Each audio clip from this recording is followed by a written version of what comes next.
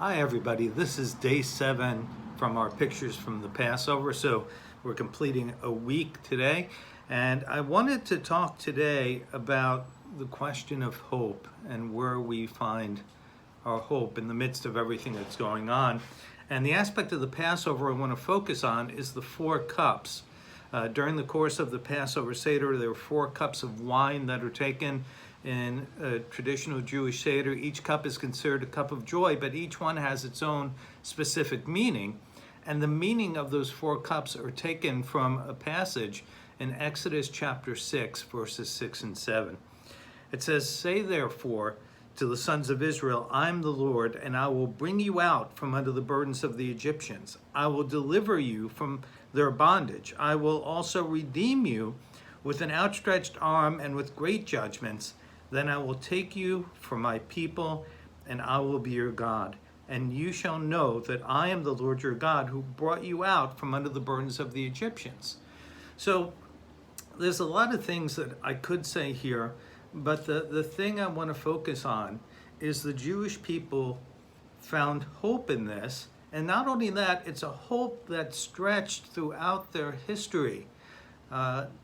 When you go throughout the Old Testament, when you look at aspects of the New Testament, when it speaks about Israel, it speaks about the people whose God delivered them from their bondage in Egypt. It's a proof of his faithfulness. So they are able to find their hope, or they should find their hope. We should find our hope in this God who is faithful to his promises. This is such a big deal for us because in the midst of our circumstances, there's so much that we can't control. There's so much that we don't know, that we don't see.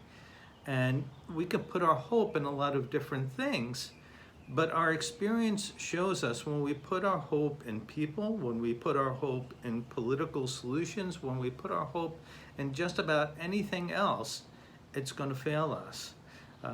Hope that doesn't have a basis in truth is going to be difficult to hold on to, difficult to grasp, and it's not going to give you peace.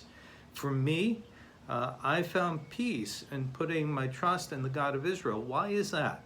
Well, it's because he has proved himself faithful throughout the ages. He proved himself faithful to Israel in this instance and through many instances throughout history. The fact that they continue to exist as a nation is continued proof of the faithfulness of the God of Israel.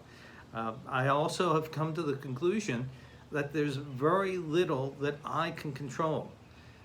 And it's important for me to know that there is someone who has an idea of what's going on and says that they have control of all these circumstances that I can't.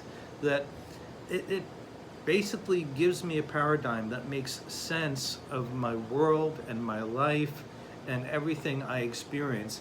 And to be honest, it's the only thing that I've seen that makes sense of the whole show, because so many things don't make sense when we look at them in light of other circumstances. But when we look clearly at what the scripture says, what God says about himself through the scripture, and we look at our lives in that frame of reference, then it seems to make more sense. It gives us an idea, and it gives us a pathway to hope. And this is incredibly important, as I said before.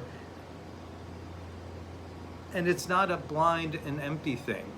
I want to remind you that although God here is speaking before they left Egypt, before he had sent the plagues, that when he sent the plagues, when the door was open for them to leave out of Egypt, they had to get up and go.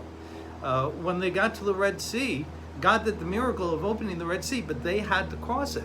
When they got to the Promised Land, God promised them victory, but they still needed to cross the Jordan and fight the battles.